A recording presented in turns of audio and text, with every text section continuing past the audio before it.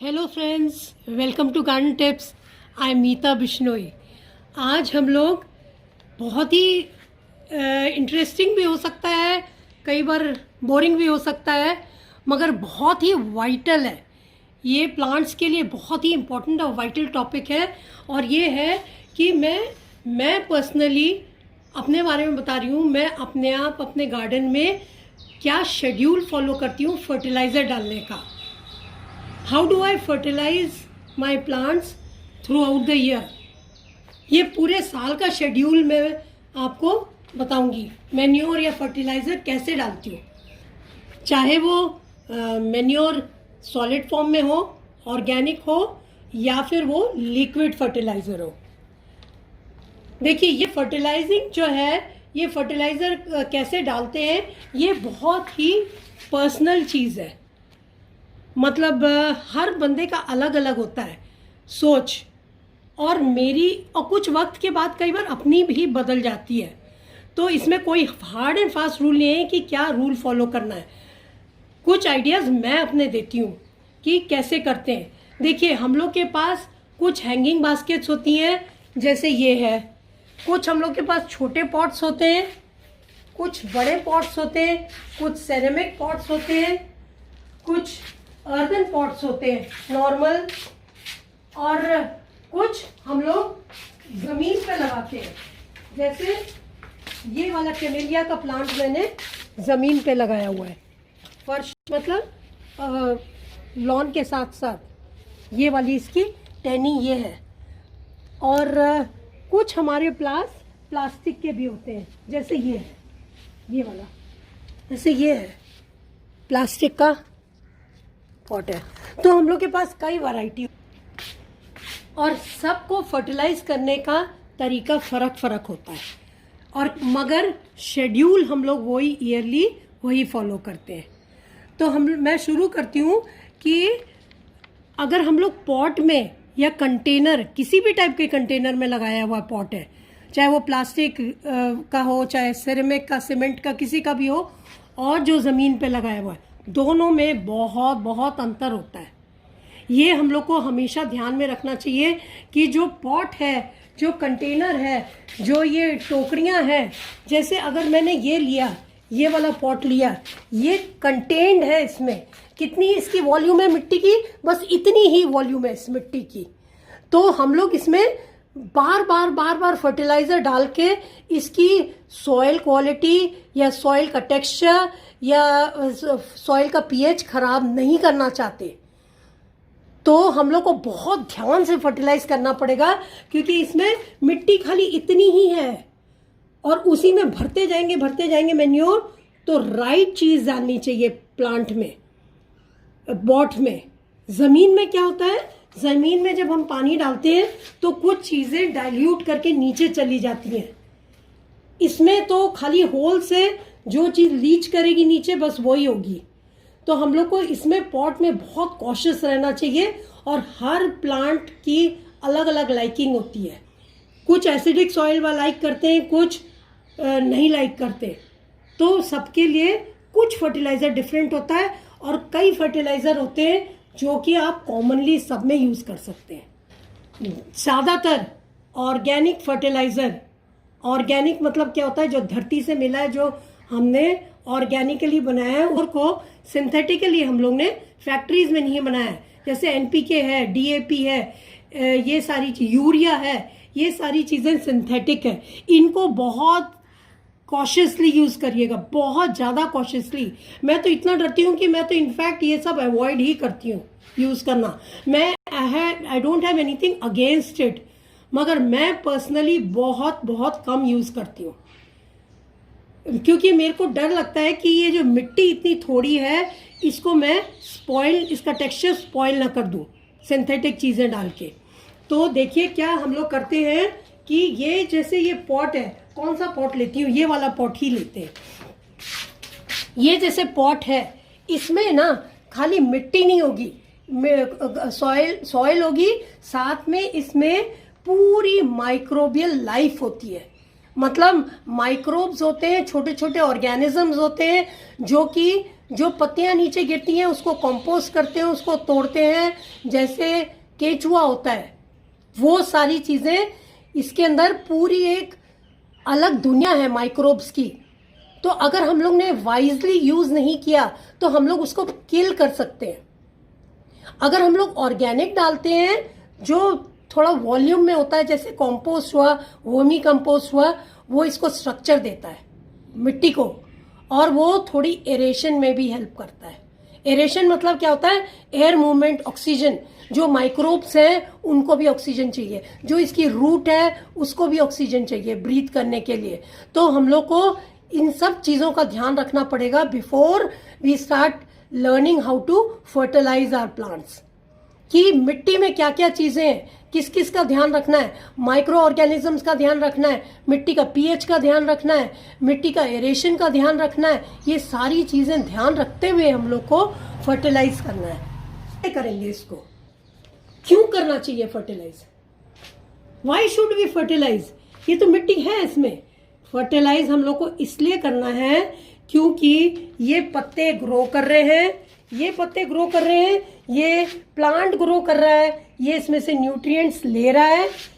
जैसे ये पत्ते, लीव, स्टेम, सारी चीजें इसमें से, मिट्टी में से सारी चीजें ले रही हैं। बेस क्या है? रूट्स हैं। रूट सारी चीजें न्यूट्रिएंट्स एब्जॉर्ब करके ये ग्रो कर रहा है। तो जब एब्जॉर्ब हो रहा है तो उसमें उतनी ही न्यूट्रिएंट्स हैं, तो इसको रिप्लेनिश करना पड़ेगा ताकि ये इनकी ग्रोथ अच्छी हो, ताकि प्लांट की ग्रोथ अच्छी हो। अगर रूट का स्ट्रक्चर अच्छा ग्रो करे, ताकि ऐसे फर्टिलाइजर हम लोग को यूज करने पड़ेंगे, इसीलिए हमको फर्टिलाइज करना पड़ता है इसको। तो जब हम लोग की फर्टिलाइजर डालेंगे और ये प्लांट के रूट स्ट्रक्चर इंप्रूव करने के लिए, स्टेम इंप्रूव करने के लिए, लीफ अच्छा खाना बनाए, क्योंकि धरती ने हम लोग को बहुत ही अच्छी चीज एक फर्टिलाइजर दिया हुआ है, वो है सूरज की किरणें, वो है सनलाइट। सनलाइट सबसे सबसे बेस्ट फर्टिलाइजर होता है, उससे ज्यादा न्यूट्रिएंट्स और कहीं से इनको नहीं मिल सकता। तो आपको अप्रोच उसकी भी रखनी पड़ेगी, सनलाइट की। जो इंडोर प्लांट्स हम लोग कहते हैं वो परमानेंट इंडोर नहीं होते, उनको बाहर लेके आना पड़ता है ताकि वो भी सूरज से कुछ ले सके, सन से उनकी बहुत सारी रिक्वायरमेंट पूरी हो सके। तो क्या होता है, हम लोग फर्टिलाइज करते हैं ताकि प्लांट अच्छे से ग्रो करे, और जो हेल्दी प्लांट होगा उसमें इन्फेस्टेशन भी कम होगी। वो फ्रूट और वेजिटेबल का प्लांट है तो खूब अच्छे आपको हार्वेस्ट भी मिलेगी। फ्लावरिंग प्लांट है तो आपको बहुत अच्छे फ्लावर्स मिलेंगे। जैसे होगी, ये देखिए, इसमें हम लोग ने अच्छे से फर्टिलाइज किया, फ्लावरिंग अच्छी हुई, इसमें कुछ फ्रूट्स अच्छे हुए। तो ये रीजन है हम लोग लाइक करते हैं कि फर्टिलाइज करें ताकि हार्वेस्ट अच्छी हो, साथ में प्लांट हेल्दी हो, और जब हेल्दी होगा उसमें इन्फेस्टेशन अपने आप कम होगी, वो प्रॉब्लम अपने आप सॉल्व होगी। जैसे ह्यूमन बॉडी है, जब हेल्दी बॉडी होती है तो उसमें बीमारियां कम होती हैं, इम्यूनिटी ज़्यादा रहती है। तो इसीलिए हम लोग इसको फर्टिलाइज करते हैं, ये रीज़न है। Why do we do it? ये सब रीज़न है। अब हम लोग इसको फर्टिलाइज कब करें, ये भी एक बहुत ही इम्पोर्टेंट टॉपिक है। कब करें? दिन के टाइम कब करें, प्लस कौन से महीने में क्या करें। देखिए, इसको, प्लांट्स को हम लोग के स्पेशली इंडिया और इंडिया के पास में जितनी भी कंट्रीज़ हैं, ये थोड़ी वार्मर कंट्रीज़ हैं, एशियन कंट्रीज़ जो हैं। तो हम लोग को स्पेशल ध्यान रखना चाहिए कि हम लोग बहुत ज़्यादा समर्स हो, हीट हो, हीट में बहुत ज़्यादा फर्टिलाइज ना करें। तो जब कूलर मंथ्स आते हैं, जब एक सीज़न एक मौसम से दूसरा मौसम में स्विच ओवर हो रहा है, तब हम लोग इसको फर्टिलाइज कर सकते हैं। जनवरी फरवरी के बाद थोड़ी सी गर्मियाँ शुरू होती हैं, तो अभी ठंडक होती है, फरवरी मार्च में ठंडक होती है। तब हम लोग क्या करेंगे, इनको सबको, पौधों को, जितने भी पौधे हैं सबको हम लोग क्या देंगे, फर्टिलाइज कर देंगे फेब के महीने में, क्योंकि 2 महीने मिलेगा इसको, प्लांट को, क्योंकि जितने भी फर्टिलाइजर तो थोड़े वार्म होते हैं, थोड़े स्ट्रॉन्ग होते हैं, थोड़ा इनको न्यूट्रिएंट्स लेने में थोड़ी तकलीफ होती है। मिट्टी ईजियर थी इनके लिए, मगर न्यूट्रिएंट्स इनके लिए ज़रूरी होता है। हम लोग Feb is a good month, एक फेब में फर्टिलाइज करेंगे तो एक बार नहीं करेंगे, इसको थोड़ा थोड़ा करके हर हफ्ते पूरे महीना या 1.5 महीने तक देते रहेंगे। हर हफ्ते मतलब एक तय कर लीजिए, हर मंडे इवनिंग आप रोज थोड़ा थोड़ा फर्टिलाइजर सब में डालोगे, सब में, ऑलमोस्ट एवरीथिंग। मगर जैसे ये मेरा वर्टिकल गार्डन है, इसमें ये बहुत छोटे छोटे पॉट्स हैं, तो इनमें आप कम डालोगे, क्वांटिटी कम होगी इसमें। कोई सक्यूलेंट्स है, स्नेक प्लांट है, उसमें अलग टाइप का हो सकता है, एडिनियम्स हैं, उनमें थोड़ा अलग हो सकता है, मगर फेब में सब में फर्टिलाइज करिएगा। अब देखते हैं गर्मियों में।